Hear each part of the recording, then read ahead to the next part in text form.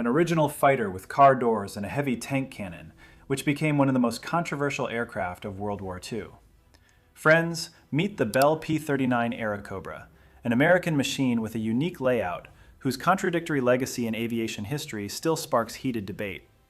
How did a promising high-altitude interceptor, due to the lack of a supercharger, turn into a low-altitude aircraft that was hopelessly inferior to the maneuverable Japanese Zero? Why did the British Royal Air Force completely reject this equipment, considering it absolutely unsuitable for European skies, and prefer to transfer the order to the Soviet Union? Today we will examine in detail the combat path of the Cobra in the Pacific. Watch the video to the end to find out why the old P-40 outperformed it in maneuverability, what absurd detail deprived pilots of oxygen at high altitudes, and how a navigational error turned into a rout of the Japanese right at takeoff. Let's begin. The year is 1936. A young engineer named Robert Woods is working for the Bell Company and proposes an idea that, at the time, sounds almost crazy. Take a heavy 37mm aircraft cannon, a weapon normally mounted on light armored vehicles, and stuff it into the nose of a single-engine fighter. The problem was simple and almost insoluble. A cannon of this caliber takes up a lot of space. It had to be installed strictly along the center line of the fuselage, otherwise the aircraft would pull to the side when firing. And along the center line of the fuselage of any normal fighter of that era sat the engine. Woods solved this problem in an unusual way. He moved the engine back, behind the pilot's cockpit, closer to the tail. The rotation from it to the propeller in the nose was transmitted through a long shaft running directly under the pilot's seat. The result was a machine where the pilot sat almost directly on top of the transmission, and the nose, freed from the engine, was entirely dedicated to the weapon. Then the vacillations began. Initially, customers from the U.S. Army Air Forces wanted a high-altitude interceptor, a machine capable of climbing to high altitudes and destroying enemy bombers there. This required an engine with a turbo supercharger, a device that compresses air before feeding it into the cylinders, allowing the motor to maintain power where a conventional engine would already suffocate from rarefied air. In the late 1930s, American industry struggled with turbo superchargers. Engineers grappled with this task, but did not have time to bring the technology to mass production reliability. And so, plans were changed on the fly. Since there was no high-altitude engine, it would become a frontline fighter for low and medium altitudes. They installed an Allison V1710-35 engine without any supercharger at all. A machine conceived as a high-altitude hunter turned into its complete opposite. Here is the irony of this story. An aircraft born for high altitudes was left without the single component that could give it those altitudes. This choice would define everything that happened to the machine later, on the other side of the world, a few years down the line. It is also worth looking closer at its appearance. The cockpit received doors like a passenger car, opening outward rather than a sliding canopy common for fighters of that time. The landing gear was Tricycle, with an additional nose strut, a rarity for a fighter of those years when almost everyone flew on two main wheels and a tail skid. Each of these decisions individually could be explained by logic. The doors made it easier to escape the cockpit in an emergency. The nose strut provided a better view when taxiing on the ground and a flatter landing. But together, all these unusual solutions created the image of a machine unlike any of its contemporaries. Meanwhile, the world was rapidly moving toward a major military conflict. The United States remained on the sidelines for now, but was preparing seriously, and many fighters of all types were required. Even such a risky, non-standard design got a chance to prove itself. In the summer of 1939, the first major order was placed, 80 aircraft of the P-39C modification. The plane received its own name, Airacobra. The name sounded predatory and modern. The reality would turn out to be much more complicated than this name promised. By the fine tradition of those years, the lion's share of manufactured machines went for export. Money from selling weapons abroad was needed by every country preparing for a major conflict, and the United States was no exception. In April 1940, France placed an order for 200 Airacobras. They even paid in advance. The deal looked serious and final. But history decided otherwise. Already in June of the same year, France exited the war in Europe, and not a single machine had time to reach French pilots. The contract had to be transferred to someone, and it was handed over to Great Britain. Moreover, it was not just transferred but expanded almost threefold, up to 675 aircraft. The British approached the new fighter pragmatically. Tales of a high-altitude bomber killer did not impress them. The export aircraft, designated the Airacobra Mark I, generally repeated the American P-39D modification, but with one noticeable difference. Instead of the heavy 37mm cannon in the nose, they installed the more familiar 20mm gun with an ammunition capacity of 60 rounds. The engine remained the same low-altitude motor without a supercharger as in the American version. Here, it is worth talking about the numbers. The manufacturer claimed a production speed of about 644 kilometers per hour. This sounds impressive for a 1940 aircraft, but there are no miracles, and the actual flight data of production machines turned out to be noticeably more modest than claimed. Tests in the home country took place in the summer of 1941. The only truly equipped squadron, number 601, received the new technology in the autumn of that year, and they rather quickly arrived at a conclusion that pleased no one. The raw, low-altitude machine turned out not to be a fighter for European conditions, and the ground attack version was simply not needed by anyone at that moment. The front line here had stabilized, and almost no tasks remained for ground attack aviation. One should also consider the time factor.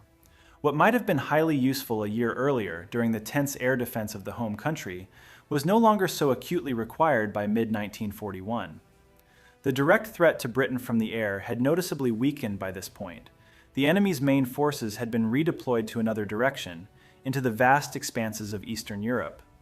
As a result, according to aviation historian John Boger, of the 164 machines delivered to the islands, only about 80 were assembled and test flown. The planes arrived disassembled in wooden crates, and by no means did all of them even reach the assembly shop. The remaining crates, as well as the already finished aircraft, were declared unnecessary for British aviation. The solution was simple. They were sent onward to the Soviet Union, where any combat-capable equipment was needed.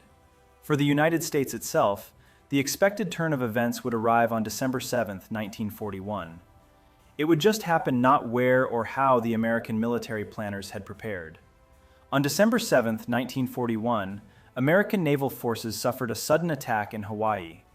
The United States entered a full-scale conflict in the Pacific, and 179 British Airacobras, not yet shipped overseas, were immediately requisitioned by their own government. The Americans took back what they had recently given to their allies. These machines received a new American designation, P-400. A curious detail. By the end of 1941, only about 600 P-39 aircraft of all modifications combined had been produced. That is, the requisitioned British aircraft made up a substantial portion of the entire fleet. As units became ready, they were dispatched with the new equipment to where the situation was heating up fastest, to the island of New Guinea, which military planners called the gateway to Australia. If this island fell under enemy control, the next target would be the Australian continent itself. In April 1942, the 8th Fighter Group was redeployed to the only major air base in the region, 7 Mile Aerodrome, named for its distance of 7 miles from the town of Port Moresby. Initially, it consisted of only 2 squadrons. On April 30, 1942, the first real combat mission of American Cobras in the Pacific took place. And the result of that day was double-edged, almost mockingly so. The first part of the day went beautifully. American pilots caught Japanese Zero fighters right on the ground at Lae Airfield. 4 enemy machines burned on the spot, and 7 more were damaged. In ground strafing, as it turned out, the Cobra was indeed good. Heavy armament and maneuverability at low altitude yielded results. But everything changed when it came to aerial combat. For every Japanese Zero fighter destroyed in the air, the Americans paid with 4 of their own machines, a ratio of 4-to-1, and not in their favor. It is worth stopping and reflecting on this figure. Imagine any sporting event where one team loses in a 4-to-1 ratio with an equal number of players. This is not a random run of bad luck on one day. This is a systemic problem. And indeed, this result would turn out to be not an exception, but almost a rule for a series of battles over Western New Guinea during the following months. This zone would receive its own abbreviation from the American military, SWPA, the Southwest Pacific Area. The Japanese pilots, unlike their opponents, acted according to a clear and thought-out tactic. They avoided aerial combat below a certain altitude, and this altitude would become the key to understanding everything that happened next. Japanese tactics rested on one simple rule. The Zero fighters tried not to engage in aerial combat below 5,000 meters, and the operational altitude of Japanese bombers usually began at 6,000 meters and higher. Now let us remember where this plane started. The early Cobras of the 1941 pattern, modifications P-39D, P-39F, and the P-400s requisitioned from the British, could technically climb to such an altitude. But what happened to the machine up there?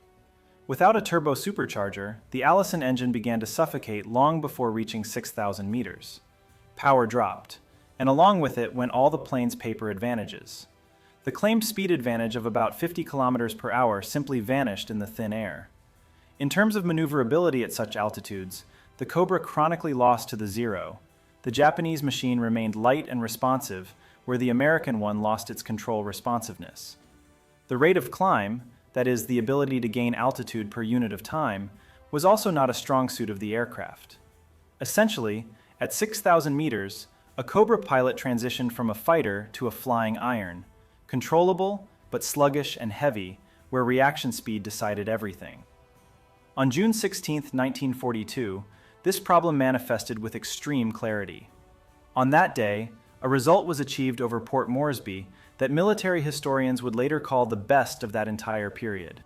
For every single Zero destroyed in the air, the Americans paid with 5 of their own machines lost or so seriously damaged that they had to be written off.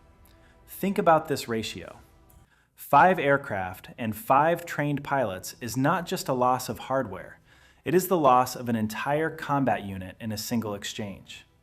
And what is especially important to understand is that this was not due to cowardice or lack of skill on the part of the American pilots. It was a matter of high-altitude flight physics and a single engineering decision made back in 1939, when a turbo supercharger was deemed an unaffordable luxury. A plane that was supposed to be a high-altitude bomber hunter turned out to be helpless at the very altitude where the enemy's bombers flew. The irony is so direct that it would be hard to invent. The Japanese G4M1 bomber, which the Americans nicknamed the Betty, had a bad reputation even before meeting the Cobras. The fuel tanks of this machine did not have sufficient protection, and among Allied aviation, it earned the nickname Flying Lighter. One successful cannon burst, and the bomber could burst into flames. On May 18, 1942, the Japanese organized another raid on Port Moresby. 16 Betty bombers set out on the mission, and a rare piece of luck occurred for the American side. The escort fighters, for some reason, lost contact with the bomber group. 16 defenseless flying lighters were left virtually alone, and to meet them, almost an entire regiment of Cobras rose, 24 P-39s and 8 P-400s from the 8th Fighter Group. 32 fighters against 16 unescorted bombers. By all reasonable calculations, a complete rout should have occurred. Vulnerable targets, overwhelming numerical superiority, the element of surprise. What was the end result? 2 downed bombers, only 2 out of 16, and in the process, the Americans lost 1 P-39F fighter. Reflect on this ratio once more. 32 fighters against 16 defenseless bombers with legendarily vulnerable fuel tanks, and a 2-to-1 result, which can hardly be considered a success even formally, since the price of 1 lost fighter for 2 destroyed bombers looks modest against the backdrop of the opportunity that it opened up. The concept of the low-altitude frontline fighter took another precise hit. The miracle machine simply could not climb fast enough or attack the enemy effectively at the altitude where he was. To be fair, the Americans were unlucky in 2 respects at once. Unsuitable equipment met a truly experienced adversary. Most of the aerial battles in this area were fought by an elite Japanese air unit known as the Tainan Corps. Its pilots had gone through combat in China, the Philippines, and the Dutch East Indies long before meeting the Americans over New Guinea. For the Japanese side, this was no easy stroll either. Experienced pilots gradually fell out of the ranks, more so as time went on, and there was no one to serve as an equivalent replacement. But in 1942, this process was only beginning, and the turning point was still far off. Most of the aerial battles where the Cobras played first fiddle occurred precisely in the New Guinea area. Therefore, military historians paid special attention to this theater, and the assessments turned out to be very different depending on who did the counting and how. There is an optimistic version of events. It is often called the 80-80 rule.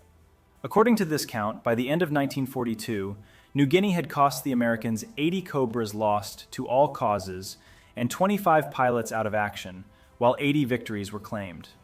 The numbers are beautiful, almost symmetrical. The problem is that it is not entirely clear where the last figure, the confirmed victories, came from. In contrast, the realistic view of the authoritative aviation historian Michael Claringbold paints a completely different picture. This man is respected in the professional community precisely for his meticulous work with primary sources, Japanese and American archives simultaneously. Of the 95 claims by American pilots for destroyed Zero fighters, only 15 are documentarily confirmed. 15 out of 95. Let us stop on this figure in more detail, because it explains a lot about how military statistics work. Imagine you claimed 95 results, but the real number that can be confirmed by independent sources on both sides is more than 6 times smaller. This does not mean the pilots deliberately lied. In the heat of a chaotic dogfight, several people often fired at the same target, saw the same falling plane, and each sincerely credited it to themselves. A classic problem of military statistics in any era and any country. At the same time, it is known that at least 44 Cobras were lost in aerial combat during the same period. 44 confirmed losses against 15 confirmed victories. And there is another small detail that makes the picture even less rosy.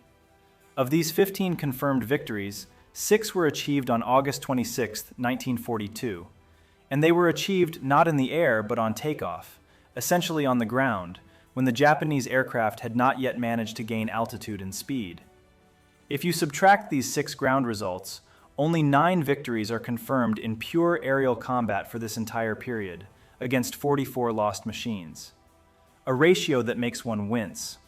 While exhausting air battles raged over the jungles of New Guinea, a completely different plot was unfolding on the other side of the Pacific. In early June 1942, Japanese forces landed on 2 barren, windswept islands of the Aleutian chain, Kiska and Attu. These places were god-forsaken, rocky, and almost uninhabited. But the Americans treated their defense with all the seriousness they were capable of. To this cold, foggy region, they deployed the entire 7th Air Force. Within its structure was the 54th Fighter Group, equipped with the same early Cobras that fought further south. Here, history abruptly changes its tone. This was not New Guinea with its highly experienced Japanese pilots and dense air battles. The aerial enemy in the Aleutians was represented rather modestly, mostly by seaplanes of various types. Of these, only one type could be called conditionally dangerous, the floatplane version of the Zero fighter, known as the Nakajima A6 M2-N Roof. By speed, this machine corresponded roughly to the Soviet 116 fighter. That is, it was noticeably slower than the standard land-based Zero. Under such conditions, the Cobra simply found no serious opponent in the air. The main type of combat work here became strafing, strikes on ground and coastal targets, any targets that met the eye. Pilots were credited with about 30 victories during this period, including at least 3 over those very floatplane roofs. The figure sounds good on paper, but there is a nuance, and a rather significant one. This figure of 30 victories is obtained only if you count ground, or more precisely, water-based results, on par with aerial ones. That is, attacks on seaplanes sitting near the shore, or floating boats, were counted in the same general piggy bank. As for the confirmation of these results from the Japanese side, it is virtually zero. Japanese sources for this period record almost no corresponding losses in equipment. By the end of 1942, the Cobras were withdrawn from this theater. They were replaced by units equipped with another fighter of the time, the Curtiss P-40. The official reason was simple and pragmatic. The P-40 was better adapted to the local airfield conditions. Among the not-so-strong qualities of the Cobra was a decent takeoff run, about 700 meters, which created constant difficulties on the rocky, short runways of the Aleutian Islands. Guadalcanal. Today, the name of this island is known even to those far from military history. So important and difficult was this episode of the Pacific Campaign. and the Cobras, of course, could not miss it. On August 22, 1942, the first 5 P-400 aircraft of the 67th Fighter Squadron landed at Henderson Field, the very field that would soon become one of the most famous airfields of the entire war in the Pacific. In principle, the familiar New Guinea story should have repeated itself here, and there were every reason for it, including aggravating ones. The Guadalcanal Cobras of the export P-400 modification were equipped with a British oxygen system operating on high-pressure cylinders. However, the American ground crews on site simply did not know how to service these cylinders. The equipment was unfamiliar, and there were no spare parts for it. This was despite the fact that air battles here often unfolded at altitudes from 5,000 to 7,000 meters, where without oxygen, it is simply difficult for a pilot to maintain clarity of consciousness. But there were also important nuances that distinguished Guadalcanal from New Guinea.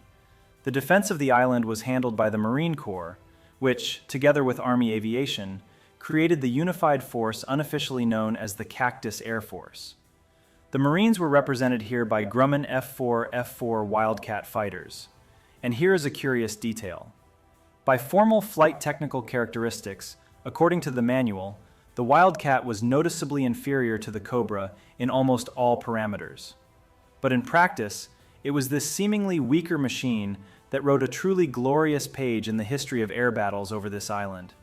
What about the Cobras? From September 9, 1942, they were virtually relegated to another task, supporting ground troops. And there was its own logic in this, almost an irony of fate. In the autumn of that year, having taken off from Henderson Field, and barely having retracted the landing gear, a pilot could almost immediately open fire on ground targets. The line of combat contact ran literally at the edge of the airfield. Cobras had, of course, individual aerial results on this island, but in almost all known battles for which data from both sides have survived, Marine Wildcats were simultaneously in the air alongside the Cobras.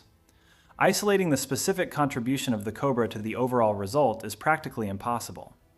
The only truly well-documented aerial episode involving only Cobras is dated August 30th, 1942, and the score in that episode was 4-0, not in favor of the Cobras. If we remove the outright hostility to the machine from the pilot's memoirs, the mildest review can probably be considered this. The Cobra is pleasant to fly, but difficult to fight in. And the list of specific complaints accumulated by the end of 1942 turned out to be quite long. Let us start in order. Low flight characteristics at altitudes of 5,000 meters and above. We have already examined this problem in detail, and it explains most of the other troubles. Next, a small combat radius. Though in fairness, the competing P-40 fighter was no better in this parameter, so blaming the Cobra specifically here is not entirely fair. Then come more serious things. Frequent failures of the 37mm gun, the very weapon for which the aircraft's unusual design was originally conceived. And the low effectiveness of this same gun against maneuverable, fast-moving targets. Hitting a nimble enemy fighter with a heavy shell turned out to be much harder than it seemed on the blueprints. Add to this the fragile landing gear struts, especially the nose gear, the very one that was once considered a progressive solution. And perhaps the most conceptual complaint, the lack of engine protection. The engine sat behind the pilot's cockpit, and when attacked from behind, the most common tactic of aerial combat, the engine was the first to take the hit. Rounding out the list is the engine's poor throttle response, meaning the machine accelerated slowly, losing precious seconds exactly when they were needed most. The Japanese side, by the way, saw little difference between the Cobra and the competing P-40. Reports from that period noted the low survivability of both machines in roughly equal measure. The machine's reputation preceded it, and not a particularly flattering reputation. In the summer of 1942, the Australians turned to the Americans with a request. They needed fighters to protect their own continent, and this request was met. The 5th Air Force generously offered 22 Warren Cobras, 12 of the P-39D modification, and 10 of the P-39F1, equipment that was, frankly, not of the first freshness. The Australians were neither deaf nor blind. They themselves participated in the battles in New Guinea and saw perfectly well everything that was happening to these machines there. They evaluated the Allies' joke quite soberly. The planes were honestly repaired, transferred from one unit to another, and a little over a year later, in September 1943, most of them were returned to the American side. During all this time, not a single Australian Cobra ever participated in a combat mission against a real enemy. A reasonable question arises. Why didn't the Americans simply transition all their units from the Cobra to the more successful P-40? The answer is simple and pragmatic. There was no such possibility. It was physically impossible to get another type of aircraft. Production capacities and logistics were working to their limits. The Australians, already flying the P-40E modification, were given worn Cobras, not out of spite or thoughtlessness. There was simply nothing else to give. When the opportunity for a full-scale conversion did appear in 1943, complete replacement of equipment at the squadron level happened quite rarely. This occurred only in the 24th, 35th, and 75th squadrons. More often, both types of aircraft were simply used in parallel, side by side. But already in the autumn of 1942, in the midst of the battles for Guadalcanal, the situation in the air began to change, and it changed not in favor of the Japanese. First, the Americans slowly but surely increased the size of their air force. By mid-1943, the numerical advantage had become not just noticeable, but practically absolute. Second, the first machines of a new generation began to appear on the front. In the autumn and winter of 1942, this was the Lockheed P-38, a twin-engine fighter of a completely different class. Soon after came the P-47 and F-4U-1, and later the F-6, F-3. The previously disputed qualitative superiority of the Japanese Zero had virtually vanished by this point. And third, which even the Cobra pilots themselves noted, the Japanese side was gradually losing the exceptionally high level of pilot training that made them such dangerous opponents in 1942. The lost aces could not be replaced. The designers at Bell were not idle either.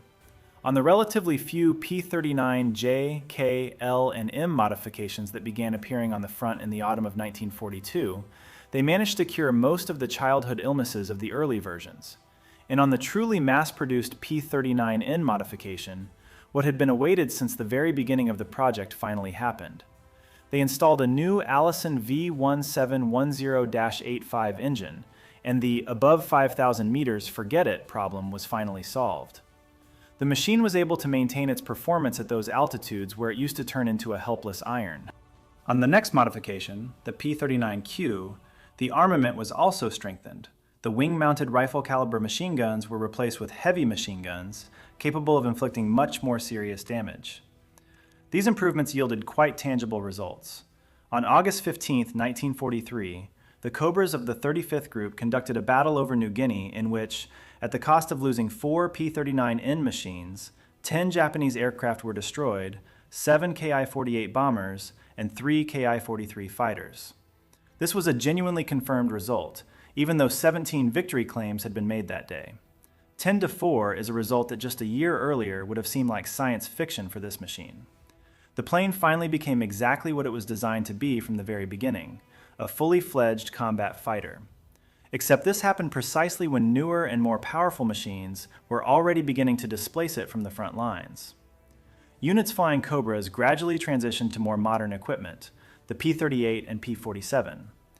Yet even by the spring of 1944, 4 squadrons remained equipped with these machines and frontline units. The Cobra did not make it to the Philippines. The small combat radius, the very problem that haunted the machine from the beginning of its Pacific service, had by this point become a critical parameter. New tasks required a range that the aircraft simply did not possess.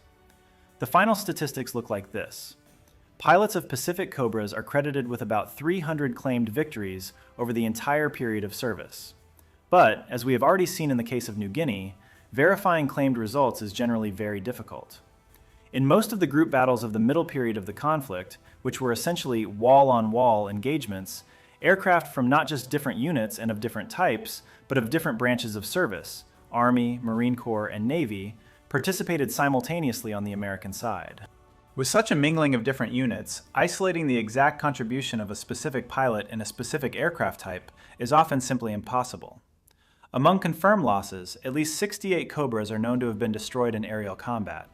The vast majority of them were over New Guinea, the very theater where the machine encountered its most serious opponent of its entire Pacific service. And here, a truly mysterious fact is worth mentioning. This aircraft had a known tendency toward flat spins, a dangerous flight regime where the machine loses control and begins to rotate almost horizontally while losing altitude. It would seem that this feature should have regularly figured among the causes of accidents. Yet, in the documentation describing the machines lost in combat, this problem is almost never mentioned. Nor is it mentioned among the causes of the approximately 140 known non-combat accidents and crashes during the machine's entire service in the Pacific. Difficulties with abandoning the aircraft in the air in an emergency are also not systematically recorded, though such cases are generally known for this type of aircraft on other theaters. Let us remember where we started this story. In 1936, a young engineer decided to cross a heavy weapon with a light single-engine fighter, place the engine behind the pilot, and equip the machine with car doors instead of the usual cockpit canopy. The result was an aircraft unlike any of its contemporaries, neither in design nor in fate. This aircraft was not a fighter exactly when a fighter was needed most, in the first and most difficult year of battles in New Guinea, the Aleutians, and Guadalcanal. And when it finally became a fully fledged fighter, thanks to a new engine and strengthened armament, it turned out that newer machines had already taken its place on the front line. And to be perfectly honest, even in the role of a ground attack aircraft, which is so often attributed to this machine as a consolation prize, its reputation remains controversial. Such was this plane. Charismatic, recognizable, unlike any other. An aircraft that arrived late twice. And perhaps it was this unfortunate fate, rather than its flight characteristics, that made the Bell P-39 Airacobra one of the most discussed and controversial machines of the entire piston engine aviation era. Thank you for watching. See you soon.